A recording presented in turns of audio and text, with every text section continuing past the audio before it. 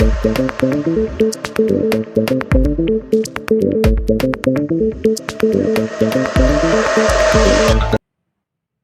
साथियों, आपका स्वागत है भारतीय सांस्कृतिक एवं ऐतिहासिक शोध संस्थान के चैनल पर।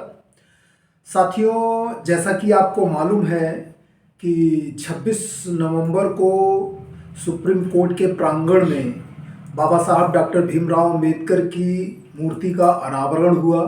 उसके बाद सीजेआई की उपस्थिति और कानून मंत्री दोनों लोगों की उपस्थिति में प्रेसिडेंट ने आईजेएस की स्थापना की बात कही और सरकार को सुझाया या निर्देश दिया या यूँ कह दें कि उनको सलाह दी कि आप आईजेएस की स्थापना के बारे में कदम को आगे बढ़ाएं। इस पर चर्चा करने के लिए हमारे साथ हैं आदरणीय केपी राहुल साहब। मैं आपसे सर जानना चाहता हूं कि ये जो आईजेएस की बात चल रही है, वैसे कोई मुद्दा होता है तो सारे नेता संसद में बवाल करने लगते हैं, उस पर टीका टिप्पणी करने लगते हैं। लेकिन जिस दिन से प्रेसिडेंट ने ये सुझाव दिया है संसद को, सत्ता पक्ष को, किसी भी नेता ने, किसी भी व्यक्ति ने इस पर कोई आवाज नहीं उठाई। ये सर कैसे हो सकता है? प्रेसिडेंट कह रहा है और सत्ता पक्ष और संसद के जो सदस्य हैं वो कुछ बोल नहीं रहे हैं। इस पे कुछ संभव है या सिर्फ जो है हवाई बन के रह जाएगा सर? और हाँ सर, इस पे अपना विचार व्यक्त करें। भारतीय जो है सांस्कृतिक एवं ऐतिहासिक शोध संस्थान को मैं धन्यवाद करूंगा कि उन्होंने हमको इस लायक समझा कि आज मैं कुछ जो है उनके सामने बोल सकूं, अपने व्यूअर को कुछ बता सकूं। तो साथियों, मैं ये बताना चाहता हूं आप कि जिस कोलिजियम सिस्टम की बात की जा रही है,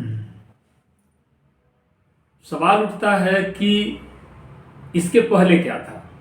कोलिजियम सिस्टम तो सुप्रीम कोर्ट के एक निर्णय के बाद आया कि ये इस सिस्टम से जजेस का अपॉइंटमेंट होगा, लेकिन उसके पहले क्या था?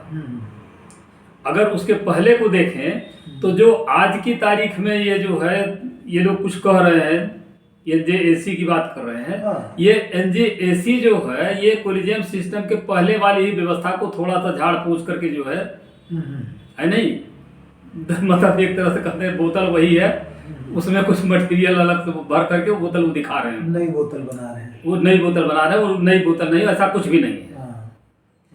अब जो मेन चीज यह है कि ये लोग गड़बड़ क्या कर रहे हैं? गड़बड़ ये कर रहे हैं कि इन्हें ये लोग जो है चयन और नियुक्ति दोनों को एक में कर दे रहे हैं जी, जबकि चयन और नियुक्ति दो अलग अलग प्रक्रियाएं हैं।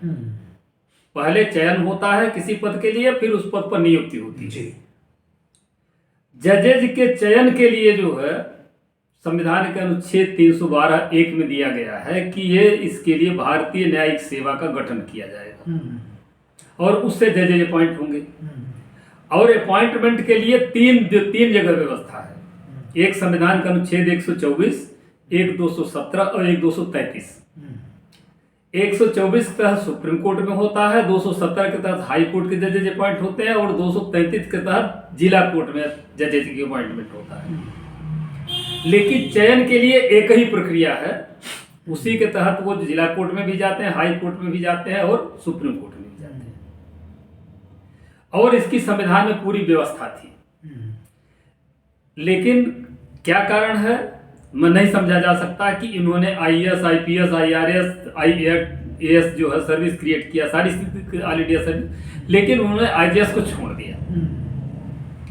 यहीं से मुझे लगता है कि कुछ उनके मन में था, लोगों के मन में था कि आईजेएस की सेवा अगर हम क्रिएट करेंगे तो ये न्यायिक जो अधिकारी आएंगे वो स्वतंत्र होंगे, अपने तरीके से सोचेंगे, क्योंकि वो एक कंपटीशन पास करके आए होंगे। और अगर वो हमारी कृपा से बनेंगे तो वो कुछ हमारे लिए भी सोचेंगे। बिल्कुल। और इसके तहत उसको वो छोड़ दिया गया। तो आज जो ये कह रहे हैं कोलिजियम सिस्टम भी, मैं कहता हूँ कोलिजियम सिस्टम भी असंवैधानिक है। संविधान में कहीं भी चयन के लिए कोलिजियम सिस्टम की व्यवस्था नहीं है, आईजेएस की व्यवस्था है। और ना जो वो कह रहे हैं एनजेएसी, वो भी असंवैधानिक व्यवस्था है, क्योंकि किसी इस तरह की जो है आयोग की कोई व्यवस्था संविधान में नहीं है चयन के लिए। और जब चयन ही नहीं हुआ तो अपॉइंटमेंट किसी का कर देंगे आप। बिल्कुल सर। तो मेरा जो कहने का मतलब है कि जो संवैधानिक व्यवस्था है वो करिए, है नहीं। इन लोगों ने जो है कोलेजियम सिस्टम के खिलाफ आवाज तो खूब उठाई कि जजेज अपना अपॉइंट जजेज कर रहे हैं, लेकिन उन्होंने कोई संवैधानिक जो है विकल्प नहीं सुझाया। विकल्प जो सुझाया वह भी असंवैधानिक है। इस मामले में एक ही चीज है कि इनको जो है आईजेएस की सर्विस को क्रिएट करके बाकायदा, और सबसे बड़ी चीज है कि मैं थैंक्स करता हूं कि जो है प्रेसिडेंट ने इस बात को उठाया। डॉक्टर यशवंत सिंह के पत्र पर जो है उन्होंने संज्ञान लिया, लेकिन डॉक्टर जो है यशवंत सिंह जी ने पत्र तो प्रेसिडेंट के साथ प्रधानमंत्री को भी लिखा था और चीफ जस्टिस को भी लिखा था, लेकिन वो दोनों संस्थाएं चुप रह गई। कानून मंत्री को लिखा था, उन्होंने कोई जवाब नहीं दिया। प्रेसिडेंट ने जाकर के कहीं पर उदार व्यक्त किया। हम भी जो है उनका जो है धन्यवाद करते हैं, साधुवाद करते हैं कि उन्होंने कहा। और अब जो चीज कही जा रही है कि भारतीय न्यायिक सेवा का गठन हो, तो मैं यह कहना चाहूंगा कि इस संदर्भ में प्रेसिडेंट जिनके बीच में कह रही हैं वो इसके लिए सक्षम नहीं है।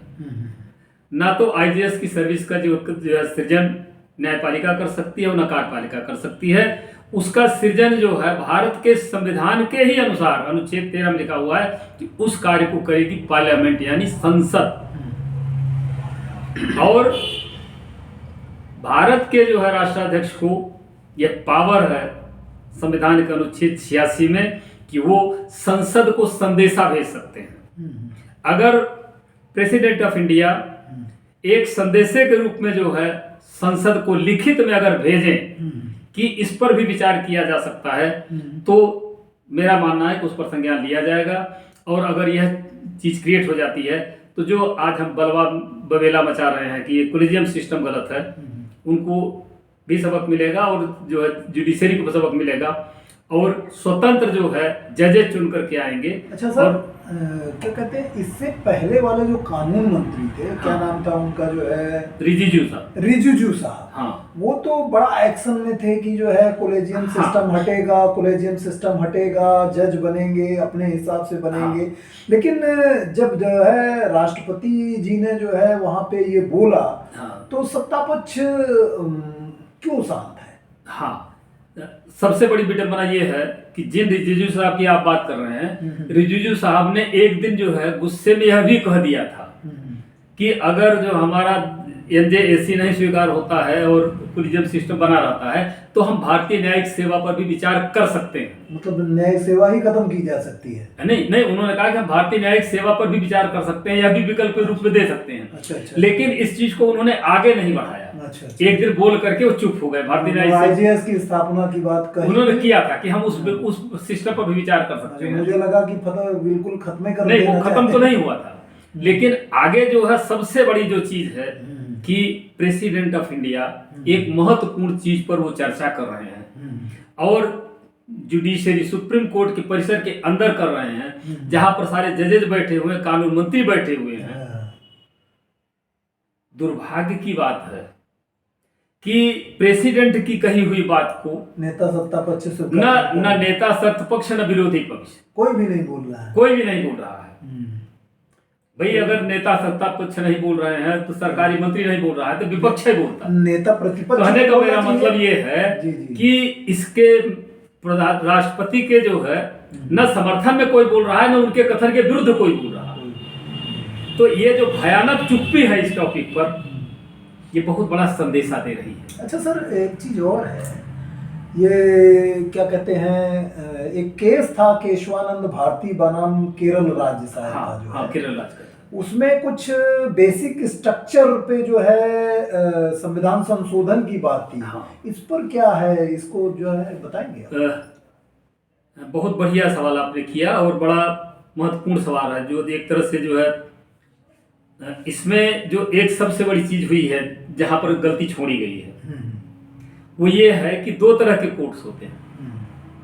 एक अपीलीय कोर्ट होता है और एक कॉन्स्टिट्यूशनल कोर्ट होता है ना। बाय द वे भारत में अपीलीय कोर्ट को भी जो को ही जो है कॉन्स्टिट्यूशनल कोर्ट भी बना दिया गया है। यानी सुप्रीम कोर्ट अपीलीय कोर्ट भी है और कॉन्स्टिट्यूशनल कोर्ट भी है नहीं। जी जी। तो दोनों का घालमेल कर देने की वजह से लोगों को बहुत कम जानकारी है कि कॉन्स्टिट्यूशनल कोर्ट भी कोई चीज होती है।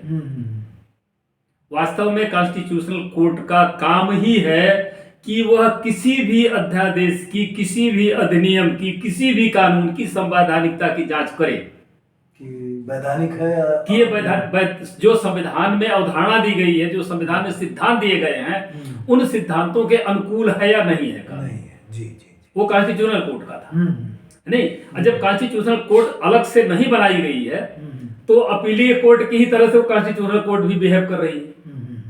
वो लोग जो बिहेव कर रहे हैं वो अपीलीय कोर्ट की तरह से, जब उनके यहाँ कोई केस आ जाता है तब तो सुन लेते हैं, बाकी सुनबे नहीं करते हैं। एक्चुअली होना क्या चाहिए कि कॉन्स्टिट्यूशनल कोर्ट अलग से बनाई जानी चाहिए थी, जो बराबर जो है कानूनों की जो व्याख्या करती, उनका जो है बताती कि उसके मार्गदर्शन के अनुसार है या नहीं है। ध्यान करेंगे आप जो है केशवानंद भारती केस में जो है, जो सुप्रीम कोर्ट का वर्डिक्ट आया था वह था संविधान के अनुच्छेद 368 पर जी। जो संविधान में संशोधन के लिए व्यवस्था दी गई 368 में जी। कि भारत की संसद जो है वो संविधान में संशोधन कर सकती है। उसी पर जो है सुप्रीम कोर्ट ने टिप्पणी किया था, एज ए कॉन्स्टिट्यूशनल कोर्ट उसने टिप्पणी किया था सुप्रीम कोर्ट ने जी जी। कि संविधान का संशोधन तो संसद कर सकती है लेकिन उसके बेसिक स्ट्रक्चर में संशोधन नहीं कर सकती है। अब सवाल उठता है कि कितने लोगों ने इस बेसिक स्ट्रक्चर को समझा क्या है नहीं। दुर्भाग्य यह है कि हिंदी दान लोगों ने जो है बेसिक स्ट्रक्चर की जो हिंदी बनाई उसको कह दिया मूल ढांचा। अच्छा है नहीं जी जी। मूल बेसिक स्ट्रक्चर शब्द को मूल ढांचा कह करके उन्होंने उसकी जो है मेन बात को ही गायब कर दिया। बेसिक स्ट्रक्चर जो है वो तो होता है बुनियादी संरचना। आप समझिए बुनियाद क्या होती है। बुनियाद को कहते हैं नींव है नहीं। यानी जिस बुनियाद पर वह खड़ा हुआ है संविधान जी जी, कॉन्स्टिट्यूशनल कोर्ट कर रही है, उस बुनियाद को आप नहीं बदल सकते। बुनियाद क्या है?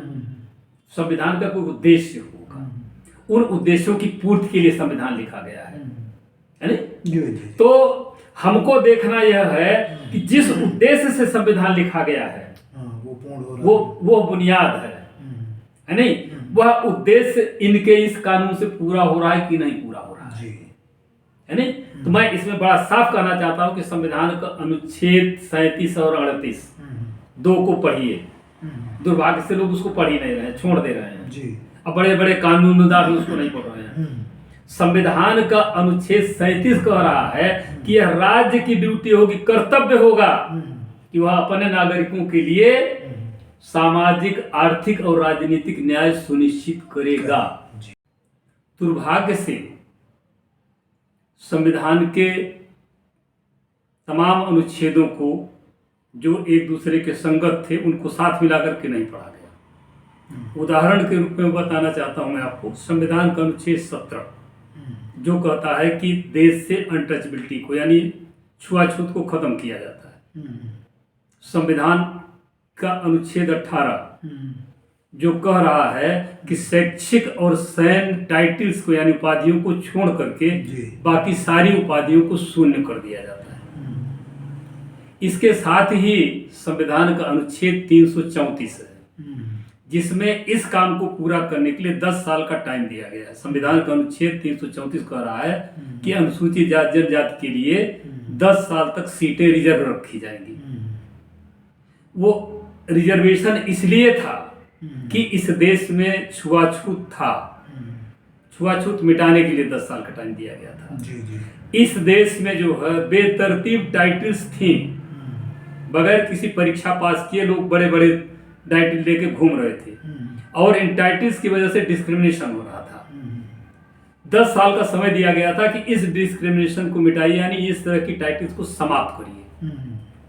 लेकिन 10 साल क्या कहें, 70 साल में भी जो है संविधान के अनुच्छेद 17 और 18 में जो कुछ बातें कही गई थी उनको पूरा नहीं किया गया। और इसलिए संविधान के अनुच्छेद 334 को बार बार बढ़ाया गया। 10 के बाद 20, 30 जो है 70 साल 80 साल तक बढ़ा दिया गया। जी जी हमको करना क्या था? अब जो केशवानंद भारती के केस में जो बेसिक स्ट्रक्चर शब्द आ रहा है, अब आप उसको समझिए वो क्या है। यानी संविधान का बुनियाद क्या है, संविधान किस नींव पर खड़ा हुआ है। संविधान इस नींव पर खड़ा हुआ है कि इस देश में जो है सामाजिक और आर्थिक गैर बराबरी घटा करके समाप्त करके जो है इसको एक समरस समाज बनाया जाए जिसमें सब बराबर हों, ताकि कोई किसी के साथ डिस्क्रिमिनेशन न करे, यानी डिस्क्रिमिनेशन को समाप्त किया जाए। इसके लिए उसमें 10 साल का टाइम दिया गया था, इसलिए उसको किया गया था। तो इन तीनों को पढ़ा जाना चाहिए। जरूरत इस बात की थी कि हम समझें बेसिक स्ट्रक्चर क्या है, संविधान क्यों बनाया गया था। कुछ उद्देश्य था। उद्देश्य था कि एक बेहतरीन समाज बनाना, उद्देश्य यह था कि जो है लोगों के बीच में भाईचारा पैदा करना। तो अगर संविधान के अनुच्छेद 17 और 18 को देखा जाता और जो यह गलतियां बढ़ रही थी इनको समाप्त करने की कोशिश किया होता राज्य ने, तो निश्चित रूप से यह बुराइयां दूर हो गई होती। अच्छा, मैंने एक जगह जो है कहीं पढ़ा था, हाँ, कि बाबा साहब वो जो है ने जब इस्तीफा दे दिया था कानून मंत्री पद हाँ, से, उसके बाद उनको मनाया जा रहा था, तो वो कानून मंत्री के लिए तो नहीं माने थे। हाँ, लेकिन मैंने कहीं पढ़ा था कि उन्होंने योजना आयोग के उपाध्यक्ष का पद मांगा था, हाँ, जवाहरलाल नेहरू से, हाँ, कि आप मुझे योजना आयोग के उपाध्यक्ष का पद दीजिए। क्या वो इसीलिए जो है उन्होंने इस पर विचार किया था बाबा साहब ने कि ये आईजीएस की स्थापना नहीं कर रहे हैं, ये आर्टिकल्स जो है अनटचेबिलिटी है और बहुत सारी चीज़ें हैं उसको कायदे से फॉलो नहीं कर रहे हैं, कानून को लागू कायदे से नहीं, संविधान को व्यवस्थित तरीके से लागू नहीं किया जा रहा था। क्या बाबा साहब ने इसीलिए योजना आयोग के उपाध्यक्ष की मांग की थी? योजना आयोग का उपाध्यक्ष का पद और उसके पीछे उनकी जो मंशा है उसको कुछ समझाइए सर। हाँ, इसको समझने के लिए आप जरा से हम आपको बैक में ले जाना चाहते हैं। 10 जुलाई 1833 को लॉर्ड मैकाले ने ब्रिटेन की संसद में एक भाषण दिया था और उस भाषण में उन्होंने यह कहा था कि भारत में न्यायिक चरित्र नहीं है, यानी जुडिशियल कैरेक्टर नहीं है। वहाँ के लोग तमाम अन्याय को भी न्याय बता देते हैं, परिभाषित कर देते हैं, सिद्ध कर देते हैं। जी जी, पूरा इतिहास बराबर। बाद में जो है वही लॉर्ड मैकाले वायसराय की, भारत की जो वायसराय कमेटी थी, हाँ, उसमें न्यायिक सदस्य बनकर गया। ध्यान रखिए, न्यायिक सदस्य बन के आए थे वो। जी जी जी, यानी न्याय व्यवस्था को सुधारना था उनको। तो न्याय व्यवस्था कैसे सुधरेगी? शिक्षित लोग ही न्याय व्यवस्था को सुधार सकते हैं, बिल्कुल बिल्कुल, अशिक्षित लोग नहीं सुधार सकते हैं। तो उन्होंने सोचा कि जो है न्याय व्यवस्था को सुधारने के लिए शिक्षा को सुधारना पड़ेगा। और लॉर्ड मैकाले रिकमेंडेशन पर जो है चार्ल्स वुड के नेतृत्व में एक कमेटी गठित होती है और चार्ल्स वुड के जो है वुड की कमेटी का जो सुझाव था उसको जो है उर्स जो है वो कहा जाता है, डिस्पैच कहा जाता है, तो नाम से प्रसिद्ध हुआ जो है। उनकी जो रिकमेंडेशन थी उसके अनुसार ही जो है 1857 में भारत में जो है 3 प्रेसिडेंसीज थी, कलकत्ता, मद्रास और मुंबई, 3 यूनिवर्सिटीज खोली गई ताकि यहाँ के लोगों को पढ़ा लिखा करके उस लायक बना जाए ताकि इनके अंदर जो है न्यायिक चरित्र पैदा हो सके। जी जी, तो ये बड़ा काम था। अब जो डॉक्टर अम्बेडकर जो कह रहे थे कि नहीं हम कानून मंत्री नहीं बनेंगे, तो अब कानून मंत्री का कोई काम भी नहीं रह गया। जी जी, ज्यादा काम नहीं रह गया था। जी जी जी, अब जो काम रह गया था कानून को लागू करने वाली कमेटी, जी जी जी, इम्प्लीमेंटेशन का काम। जी जी, और वह इम्प्लीमेंटेशन को जो वॉच करता है वो योजना आयोग का उपाध्यक्ष करता है। जी जी जी, है नहीं? जी, जो प्राइम मिनिस्टर है उसका पदेन जो है उसका अध्यक्ष होता है। अच्छा, मैंने कहीं सुना है, ऑफिसियो है वो। अच्छा मैंने कहीं सुना पढ़ा है, हाँ, कि योजना आयोग का उपाध्यक्ष वो कभी कभी प्रधानमंत्री से भी ज्यादा शक्तिशाली हो जाता था, लेकिन प्रधानमंत्री तो योजना आयोग का अध्यक्ष होता था। हाँ, तो फिर वो कैसे शक्तिशाली हो जाता था उपाध्यक्ष से? देखिए, इसमें जो मेन चीज ये हम समझिए कि जो प्रधानमंत्री है वो पदेन अध्यक्ष है। अच्छा, वो अध्यक्ष नहीं है। हाँ हाँ, जी जी, मतलब अध्यक्ष होना और पदेन अध्यक्ष होना दोनों अंतर है नहीं? जैसे वाइस प्रेसिडेंट जो है वो आपका पदेन चेयरमैन है उसका। जी जी जी, है नहीं? मतलब उससे उसकी राज्यसभा से उसका कुछ लेना देना नहीं, वो राज्यसभा का मेंबर नहीं है नहीं? तो वो मेंबर ना होने की वजह से जो पदेन है उसका उतना महत्व नहीं है। जितना जो है वहाँ के डिप्टी चेयरमैन का था, क्योंकि वो राज्यसभा का मेंबर है, उसके प्रति वो उत्तरदायी है। जी जी जी है नहीं? जी जी क्योंकि वो यहाँ पर जो है प्राइम मिनिस्टर उसका पदेन अध्यक्ष है, अच्छा अच्छा, इसलिए जो है उसका उपाध्यक्ष उपाध्यक्ष जो बनता जो है जी जी वो प्रभावी होता और संविधान के इम्प्लीमेंटेशन में उनका बड़ा योगदान होता और वो संविधान को अपने ढंग से लागू कराते, क्योंकि उनका जो है वो बनाया हुआ था। अगर योजना आयोग के उपाध्यक्ष बना दिया जाता है इनको, हाँ। बाबा साहब को, हाँ। तो मुझे लगता है कि संविधान को पूर्णतः लागू किया जा सकता है। मैं बड़े दावे के साथ कह सकता हूँ कि डॉक्टर अंबेडकर ने एक बड़ी बात कही थी कि जाति और लोकतंत्र दोनों एक साथ नहीं रह सकते, दोनों एक दूसरे के विरोधी हैं। जी जी जी, मेरा मानना ये है कि डॉक्टर अंबेडकर अगर जो है योजना आयोग के उपाध्यक्ष बनते तो सबसे पहले उनका जो है जो काम होता वो जाति पर प्रहार करते, जी जाति व्यवस्था को खत्म करते, और जो जाति व्यवस्था खत्म हो जाती तो संविधान का अनुच्छेद 18 अपने आप इम्प्लीमेंट हो जाता जी, और अगर 18 इम्प्लीमेंट हो जाता तो 17 अपने आप इम्प्लीमेंट हो जाता, क्योंकि जब पहचाने नहीं होती तो किसको आप अछूत करते हैं। आज बराबरी का जो है, आज बराबरी का वो होता और फिर जो है 10 साल के बाद जो है अनुच्छेद 334 खत्म हो जाता, अपने आप को जरूरत ही नहीं रहती, आरक्षण रिजर्वेशन की जरूरत ही नहीं रहती। रिजर्वेशन की कोई जरूरत नहीं रहती। जी, जी। तो डॉक्टर अम्बेडकर जैसे दूरदर्शी व्यक्तित्व जिनको हम स्टेट्समैन कह सकते हैं, भारत के सारे नेताओं को तो हम स्टेट्समैन नहीं कह सकते हैं, लेकिन डॉक्टर अम्बेडकर को स्टेट्समैन कह सकते हैं। अच्छा सर, क्या जो है जैसे भारत में आज़ादी के पहले जो है सिविल सर्विस के एग्ज़ाम ICS के थ्रू जो है होते थे, और वो चयनित होके जो है यहाँ आते थे, अपॉइंट होते थे, तो क्या जो जजों की नियुक्ति यहाँ होती थी, क्या उनका जो है वहाँ कोई चयन नहीं होता, तो वो अपॉइंट कर दिए जाते थे? तो इसका मतलब क्योंकि यहाँ के लोगों में न्यायिक कैरेक्टर नहीं था, हाँ, तो ब्रिटेन में तो न्यायिक कैरेक्टर था, इसलिए वहाँ की जो हाउस ऑफ लॉर्ड्स था वो लोग जजेस की अपॉइंटमेंट करते थे, वो देख के करते थे। और इसीलिए आज तक ये जो है ICS की स्थापना और नहीं, और इसीलिए संविधान के अनुच्छेद 312 में बाकी सर्विसेज का खुलासा नहीं किया गया, इंडियन जुडिशियल सर्विस का खुलासा किया गया। जी जी जी जी, लिखा गया है कि अखिल भारतीय सेवाएं जिनमें भारतीय न्यायिक सेवा भी सम्मिलित है का सृजन पार्लियामेंट जनहित में करेगी। तो भारतीय न्यायिक सेवा का जो वहां पर खुलासा करने का उद्देश्य ही यही था कि चूंकि ये सर्विस पहले नहीं थी, इसलिए कर दिया जाए। जी जी, भारतीय न्यायिक सेवा का ये गठन आज तक नहीं कर पाए हैं, और कहते हैं कि मैं भारतीय संविधान बनाऊंगा, भारतीय संविधान, नया संविधान बनाऊंगा। एक चीज छूट गई थी अंग्रेजों से, वो आज तक नहीं हो पाई है, ICS की नहीं लिखा हुआ नहीं है, लिखा हुआ है, और जबकि बाबा साहब ने लिखा है, लिखा हुआ है। अगर उसको कर देते तो अब तक जातियां खत्म हो गई होती, छुआछूत खत्म हो गया होता, रिजर्वेशन खत्म हो गया होता, और एक समरस समाज बन गया होता।